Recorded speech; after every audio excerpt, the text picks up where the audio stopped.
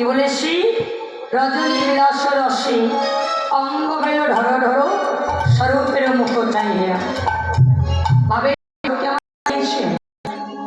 আচ্ছা বাবা আমাদের মানব স্বরূপটি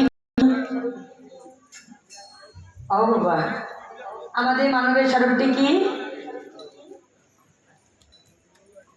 আমাদের মানবের স্বরূপ হলো দেখেছ খাওয়া দাওয়া ঘুমানো। ও কেন বলছে? এই তুমি কেন বলছো? দেখেছ না? দেখেছো খাওয়া দাওয়া ঘুম করা কেন?